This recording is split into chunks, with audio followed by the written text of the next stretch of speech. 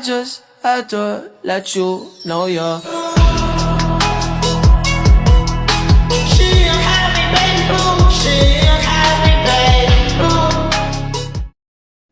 Halo semuanya, pada kesempatan kali ini kami dari kelompok 8 akan mempresentasikan ataupun menjelaskan tentang laporan keuangan bank dan juga analisis laporan keuangan bank dengan dosen pengampu Ibu Sondang Aida Silalahi, SEMSI.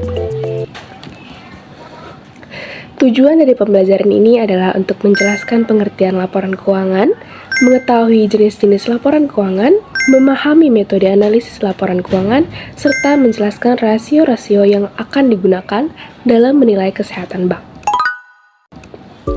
Yang dimana pengertian dari laporan keuangan bank adalah merupakan laporan yang disusun secara sistematis untuk menggambarkan kondisi keuangan, kinerja, dan juga serta perubahan keuangan suatu perusahaan dalam periode tertentu. Dalam perbankan, pelaporan keuangan memiliki peran penting sebagai sarana transparansi dan komunikasi kepada pihak eksternal seperti nasabah, investor, pemerintah, dan juga lembaga pengawas. Melalui laporan keuangan, kita dapat mengetahui bagaimana bank menghimpun dana dari masyarakat dan menyalurkannya kembali dalam bentuk kredit, sehingga masyarakat dapat menilai kondisi serta kinerja keuangan bank tersebut. Yang dimana komponen dari laporan keuangan ada neraca, laporan laba rugi, laporan perubahan ekuitas, laporan arus kas, dan yang terakhir catatan atas laporan keuangan. Selanjutnya saya akan membahas jenis-jenis laporan keuangan bank, yaitu neraca. Nah, menurut Kasmir 2018, neraca merupakan laporan keuangan yang menunjukkan posisi keuangan suatu perusahaan pada suatu tanggal tertentu. Neraca terdiri dari 3 unsur utama, yaitu aset, kewajiban, dan modal. Nah, dalam perbankan, aset biasanya terdiri dari kas, kredit yang diberikan, surat berharga, serta aset tetap. Sedangkan kewajiban terdiri dari simpanan nasabah seperti tabungan, giro, dan deposit. Nah, neraca sangat penting karena memberikan gambaran mengenai kondisi keuangan bank secara keseluruhan. Dengan melihat neraca, pihak yang berkepentingan dapat mengetahui seberapa besar aset yang dimiliki bank serta seberapa besar juga kewajiban yang harus dipenuhi oleh bank. Nah, informasi ini juga dapat digunakan untuk menilai stabilitas keuangan bank. Di sini saya akan membahas salah satu contoh soal, yaitu soalnya pada tanggal 1 Januari 2025, bank menerima setoran tabungan nasabah sebesar 100 juta. Kemudian pada tanggal 2 Januari 2025, bank menyalurkan kredit kepada nasabah sebesar 50 juta. Nah, kita bisa lihat ya, contoh jurnalnya itu adalah pada tanggal 1 Januari, kas di debit bertambah sebesar 100 juta dan simpanan nasabah bertambah di kredit sebesar 100 juta. Pada tanggal 2 Januari, kas yang diberikan di debit sebesar 50 juta dan kas di kredit sebesar 50 juta. Untuk keterangannya, kas di debit bertambah 100 juta karena bank menerima uang dari nasabah. Simpanan nasabah di kredit sebesar 100 juta karena merupakan kewajiban bank kepada nasabah. Nah, kredit yang diberikan di debit 50 juta karena bank memberikan pinjaman kepada nasabah, dan kas di kredit sebesar 50 juta karena uang kas bank berkurang untuk penyaluran kredit. Selanjutnya akan dilanjutkan oleh teman saya. Masuk pada laporan laba rugi, yaitu laporan laba rugi adalah laporan keuangan yang digunakan untuk menunjukkan pendapatan dan beban bank dalam periode tertentu, sehingga kita bisa mengetahui apakah perusahaan mendapatkan laba atau mengalami rugi. Pendapatan utama bank biasanya berasal dari beberapa sumber seperti bunga kredit, yaitu bunga dari pinjaman yang diberikan kepada nasabah. Biaya administrasi, yaitu biaya layanan yang dikenakan kepada nasabah. Jasa perbankan seperti biaya transfer, ATM, atau layanan lainnya. Sedangkan beban bank adalah biaya yang harus dikeluarkan oleh bank. Contohnya seperti beban bunga simpanan, yaitu bunga yang dibayarkan kepada nasabah yang menabung. Gaji pegawai, yaitu biaya yang membayar karyawan. Biaya operasional seperti listrik, perawatan, dan kebutuhan operasional lainnya. Contoh laporan laba rugi. Pada slide ini sudah ditampilkan contoh transaksi yang berkaitan dengan laporan laba rugi. Pada tanggal 3 Januari 2025, bank menerima pendapatan bunga sebesar 10 juta rupiah.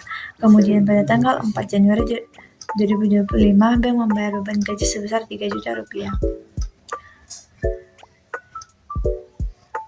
Tanggal 3 Januari 2025, kas masuk ke debit dan pendapatan bunga masuk ke kredit. Tanggal 4 Januari 2025, beban gaji masuk ke debit dan kas masuk ke kredit. Kas di debit 10 juta rupiah karena bank menerima uang dari pendapatan bunga. Pendapatan bunga di kredit 10 juta rupiah karena menambah pendapatan perusahaan. Beban gaji di debit 3 juta rupiah karena merupakan biaya yang harus dibayar perusahaan. Kas di kredit 3 juta rupiah karena uang kas digunakan untuk membayar gaji. Laporan perubahan ekuitas. Laporan perubahan ekuitas adalah laporan keuangan yang menunjukkan perubahan modal pemilik dalam suatu periode tertentu. Perubahan modal dapat terjadi karena 1. Laba atau rugi usaha, 2. Tambahan investasi pemilik, 3. Pengambilan modal atau prive. Laporan ini digunakan untuk mengetahui penyebab bertambah atau berkurangnya modal perusahaan selama satu periode akuntansi. Yang selanjutnya saya akan menjelaskan contohnya. Pada tanggal 7 Januari 2025, perusahaan memindahkan laba bersih sebesar 20 juta ke ikhtisar laba rugi melalui akun modal. Kemudian pada tanggal 8 Januari 2025, pemilik melakukan prive atau pengambilan modal sebesar 5 juta. Keterangannya, ikhtisar laba rugi di debit 20 juta karena laba dipindahkan ke modal. Modal di kredit 20 juta karena laba menambah modal pemilik. Modal di debit 5 juta karena pemilik mengambil sebagian modalnya. Kas di kredit 5 juta karena kas perusahaan berkurang akibat pengambilan yang diambil oleh pemilik. Kita masuk ke laporan arus kas. Laporan yang menunjukkan aliran kas masuk dan keluar perusahaan dalam suatu periode serta kemampuan bank dalam menghasilkan dan menggunakan kas. Laporan arus kas ini terdiri dari aktivitas operasi yang meliputi kegiatan utama bank seperti penerimaan bunga, biaya operasional. Lalu ada aktivitas investasi yang meliputi pembelian atau penjualan aset jangka panjang. Yang ketiga ada aktivitas pendanaan, yaitu meliputi sumber dana seperti modal dan pembayaran dividen. Kita masuk ke contoh. Pada tanggal 5 Januari 2025, perusahaan menerima pendapatan bunga sebesar 5 juta. Kemudian pada tanggal 6 Januari 2025, perusahaan membeli peralatan sebesar 2 juta secara tunai. Contoh jurnalnya, pada tanggal 5 Januari 2025, nama akunnya kas, 5 juta pada debit. Lalu 5 Januari 2025, nama akunnya pendapatan bunga, 5 juta pada kredit. Lanjut ke tanggal 6 Januari 2025, nama akunnya peralatan 2 juta pada debit. 6 Januari 2025, nama akunnya kas 2 juta pada kredit. Keterangannya kas di debit 5 juta karena perusahaan menerima uang dari pendapatan bunga. Pendapatan bunga di kredit 5 juta karena merupakan pendapatan perusahaan. Peralatan di debit 2 juta karena perusahaan membeli aset berupa peralatan. Kas di kredit 2 juta karena kas digunakan untuk membeli peralatan. Kita masuk ke laporan catatan atas laporan keuangan. Catatan atas laporan keuangan adalah bagian dari laporan keuangan yang berisi penjelasan tambahan mengenai informasi dalam neraca, laporan laba rugi, laporan arus kas, dan laporan perubahan modal. Catatan ini memberikan informasi lebih rinci tentang kebijakan akuntansi dan transaksi tertentu yang mempengaruhi laporan keuangan. Yang selanjutnya, saya akan menjelaskan materi analisis laporan keuangan dan permodalan bank. Yang pertama, analisis laporan keuangan bank. Menurut Kasmir 2018, analisis laporan keuangan adalah proses mengevaluasi kondisi keuangan perusahaan berdasarkan data laporan keuangan. Dalam perbankan, Analisis ini penting untuk mengetahui kinerja bank, tingkat keuntungan, likuiditas, dan risiko. Hasil analisis juga digunakan oleh manajemen bank dan regulator seperti OJK untuk menilai kesehatan bank. Yang selanjutnya analisis permodalan. Menurut Sari 2019, analisis permodalan bertujuan menilai kemampuan bank menyediakan modal untuk menghadapi risiko operasional. Rasio yang digunakan adalah CAR. Semakin tinggi CAR, semakin kuat kemampuan bank dalam menanggung risiko. Kita masuk ke analisis laporan keuangan dan pemodalan bank. Analisis kualitas aset, rentabilitas, dan likuiditas. Kualitas aset atau asset quality. Analisis ini menilai risiko pada aset bank, terutama kredit. Rasio yang digunakan yaitu non-performing loan atau NPL yang menunjukkan persentase kredit bermasalah. Yang kedua, rentabilitas atau earnings. Analisis rentabilitas menilai kemampuan bank menghasilkan laba. Rasio yang digunakan yaitu return on asset atau ROA. Yang tiga, ada likuiditas atau liquidity. Analisis likuiditas menilai kemampuan bank memenuhi kewajiban jangka pendek. Rasio yang digunakan yaitu loan to deposit ratio atau LDR yang menunjukkan perbandingan kredit dengan dana pihak ketiga. Baik, kita masuk pada kesimpulan, yang dimana laporan keuangan merupakan laporan yang menggambarkan kondisi keuangan perusahaan ataupun bank dalam suatu periode tertentu.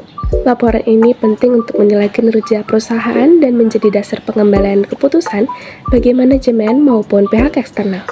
Secara umum, terdapat 5 jenis laporan keuangan yaitu neraca, laporan laba rugi, laporan arus kas, laporan perubahan modal, dan catatan atas laporan keuangan. Yang dimana laporan keuangan juga berfungsi sebagai bentuk transparansi dan pertanggungjawaban perusahaan kepada pihak yang berkepentingan seperti investor, kreditur, pemerintah, dan masyarakat. Oleh karena itu, laporan keuangan haruslah disusun secara sistematis dan sesuai standar akuntansi agar informasi yang dihasilkan akurat dan dapat digunakan dalam menilai kinerja serta perkembangan perusahaan di masa depan. Sekian dari kelompok kami, terima kasih.